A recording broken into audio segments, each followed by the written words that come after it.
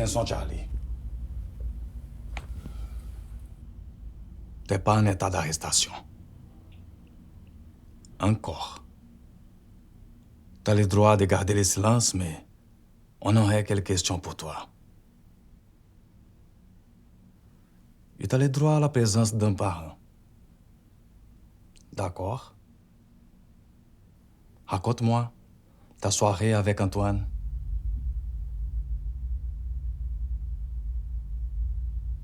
Je vais t'aider un peu, ok? Ta mère est partie de la maison à 19h15. T'étais en charge de garder ton petit frère Antoine.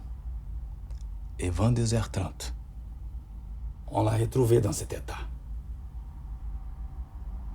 Alors, qu'est-ce qui s'est passé entre 19h15 et 22h30, Charlie? Charlie?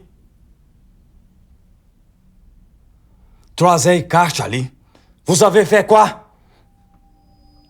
Mais on a gamé.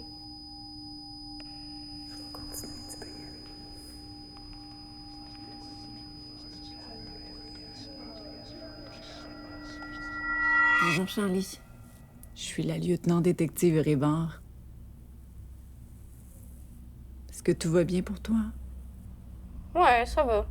Je pense. T'as-tu soif? Non. T'as-tu mangé quelque chose? Ce soir, est-ce que t'as mangé quelque chose avec Antoine? Non. J'ai essayé de le faire manger, là, mais il bougeait trop à soir. Il était pas tenable. Qu'est-ce que tu veux dire? Mais il a un gros TDA, puis il avait pas pris sa médication, fait que il était pas du monde. Mais tu fais quoi dans ce temps-là? Mais d'habitude, j'arrive à le gérer, là, mais à soir, là, j'avais zéro contrôle. Genre, il m'écoutait fuck all. Ben, il fait quoi, par exemple? Ben, il crie, il me tire les cheveux, et il me frappe, il se sauve, il me crache dessus. Il a même mis son poing dans ma face l'autre fois, là. C'est vraiment chiant. Ça doit pas être facile de gérer tout ça. À seulement 15 ans. Ouais, je suis habituée, là, depuis le temps. Alors, qu'est-ce que tu fais pour gérer sa crise? Je l'ai envoyé dans sa chambre. Et ça a fonctionné? Il s'est mis à tout détruire. Je pouvais pas le laisser faire, là. Il allait se faire mal aussi. Ben, en effet, Charlie. T'as raison. Mais qu'est-ce que t'as fait? J'avais plus d'idées, OK? Je savais pas quoi faire. Je me suis dit que je devais y faire peur. Que c'était la seule manière. Fait que je suis allée dans la cuisine, puis j'ai ramassé un couteau, puis du duct tape. Je suis retournée dans sa chambre, puis je l'ai menacé. Avec le couteau. Je l'ai assis sur son lit, puis je lui ai tapé les mains puis les pieds ensemble, puis je l'ai couché dans son lit. Mais après un moment, là, il arrêtait pas de gueuler. Puis il disait qu'il avait pas peur de mon couteau, puis qu'il allait tout raconter à notre mère.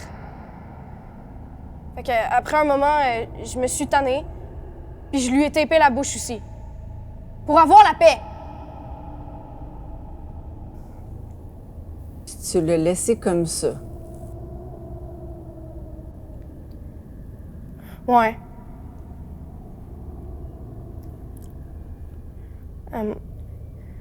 Après un moment, j'entendais plus rien. Fait que je suis allée voir. Puis c'est là que je l'ai trouvé.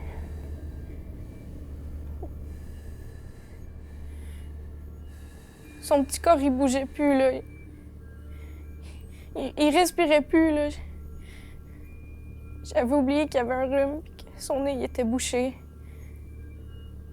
Il respirait plus. Il était mort.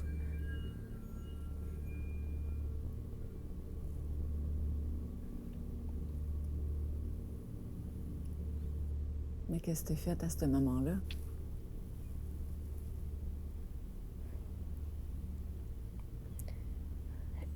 J'ai commencé par enlever tout le duct tape de sur lui.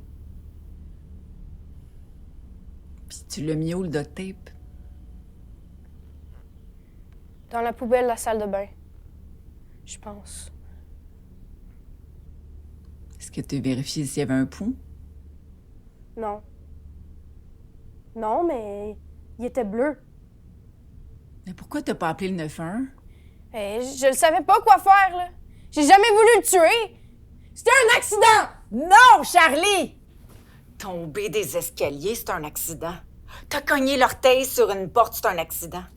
Mais duct taper un enfant pour le calmer, c'est du confinement entraînant la mort.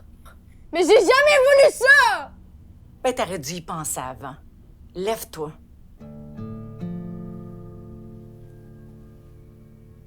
Charlie Renaud, t'es en état d'arrestation pour négligence criminelle et pour le meurtre de ton petit frère, Antoine Renaud, 7 ans.